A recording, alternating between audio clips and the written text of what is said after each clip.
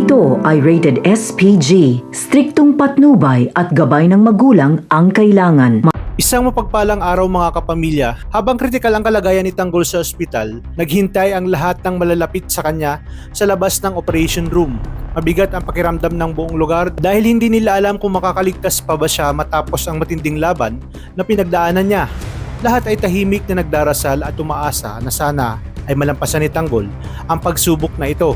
Ilang oras din ang lumipas bago bumukas ang pinto ng operation room at lumabas ang doktor. Agad na lumapit ang lahat para malaman ang balita.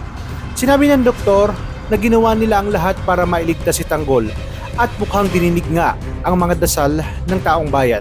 Stable na raw ang kalagayan ng alkalde at malaki na ang tsansa niyang tuluyang gumaling. Dahil dito ay labis ang naging tuwa at ginhawa ng lahat. Para bang nabunutan sila ng napakalaking tinik sa dibdib dahil buhay pa ang mayor na mahal ng buong Maynila. Makalipas ang ilang sandali ay pinayagan na silang makita si Tanggol sa ICU. Nang makita siya ng lahat na nakahiga sa kama at unti-unti nang maayos ang kanyang paghinga, lalo silang nakahinga ng maluwang.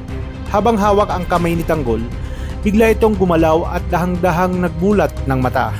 Doon tuluyang napaluha sa tuwa ang lahat dahil gising na siya. Hindi nila akalain na malalampasan niya ang napakadelikadong sitwasyon na iyon. Salamat din ang pamilya kay Mando dahil sa tulong nito para mailigtas si Tanggol. Sa sobrang pasasalamat ay niyakap pa siya at hinalikan sa pisngi ni Marites. Kaya naman napahiya itong si Chief Mando habang tinutukso siya ng iba. Samantala kumalat sa labas ng ospital ang balita na nagising na si Mayor Tanggol Montenegro.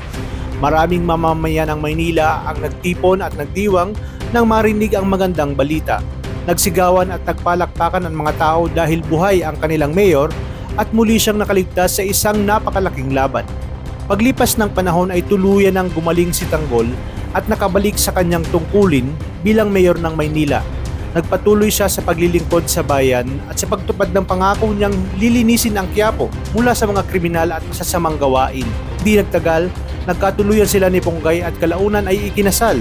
Naging First Lady ng Maynila si Ponggay habang tuloy naman si Tanggol sa kanyang laban para sa kapayapaan ng lungsod. Sa tulong ni Chief Mando at ang mga taong sumusuporta sa kanya ay tuluyan nilang nasugpo ang kriminalidad sa Quiapo hanggang sa naging mapayapa na ang lugar. At dito nga nagtapos ang matinding laban ni Tanggol Montenegro, isang laban na nagbigay ng bagong pag-asa sa buong Maynila.